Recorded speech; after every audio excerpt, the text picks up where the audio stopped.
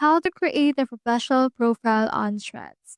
So this profile that I have is already considered as a professional profile. I have in here my name, and my username aligns with the name that I have, as well as my actual description or bio. So since my name is Daily Tutorials, I have the bio of your go-to place for easy and effective tutorials. So if you want, let's click on this edit profile, and we have in here this. So the only thing that's unprofessional for this is the links because it's actually very long.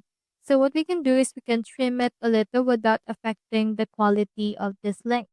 So we can head over and then just trim it to your liking if you want.